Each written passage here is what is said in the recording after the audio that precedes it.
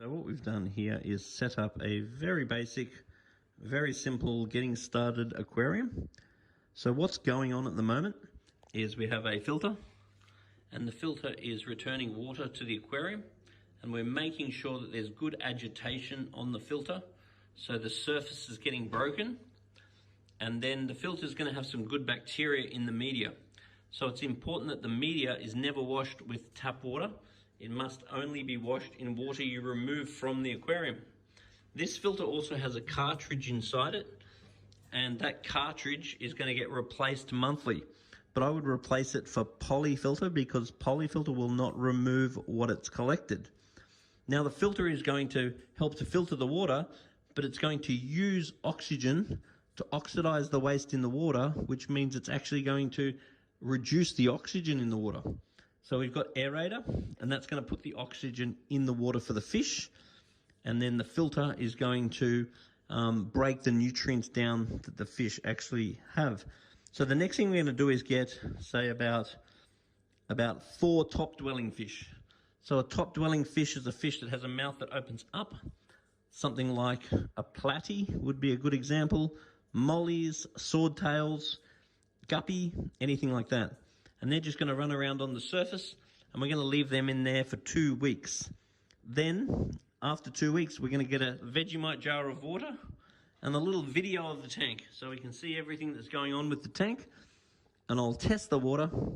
I'll look at the video. If I'm happy with everything, then we'll put some mid-dwelling fish in.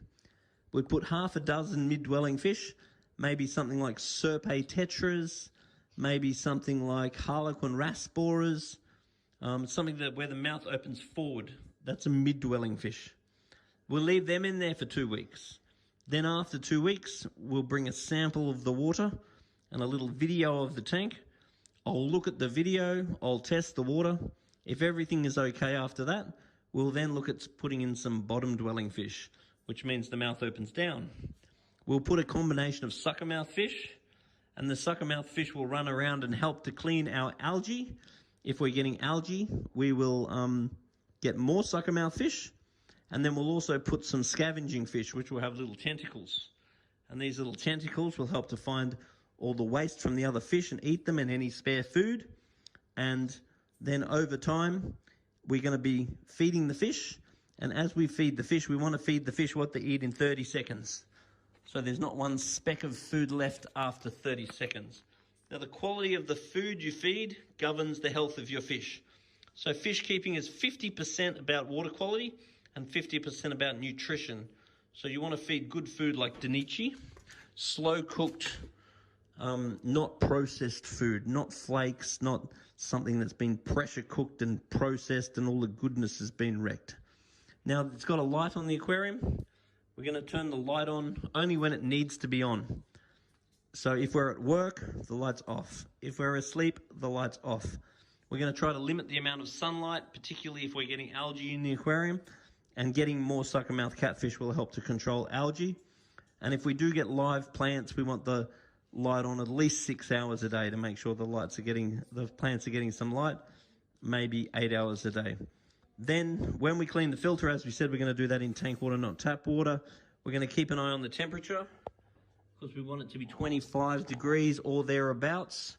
We've got a little heater there that's keeping it at the right temperature. We make sure the heater's under the water all the time. The light will only turn on the heater when the temperature is below 25 degrees. Then when we go to clean the tank, we'll give the lids a clean. We're going to get a gravel cleaner, and that's going to clean the gravel while we're removing the water. We will never remove more than about a quarter of the water. And then we give the tank a bit of a clean up. We take the media out of the filter.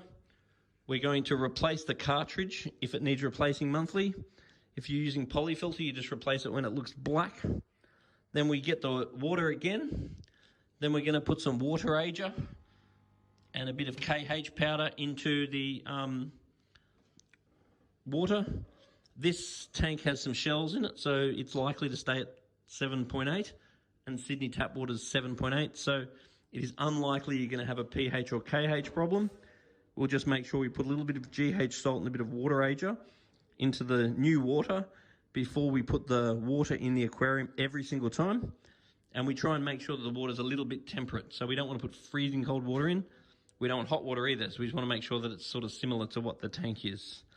And then if there's any worries about this tank whatsoever, the most important thing is just to bring a sample of water and a video down to the shop, and we can monitor what's going on with the fish. If we see the fish skinny or fat, we can tell you.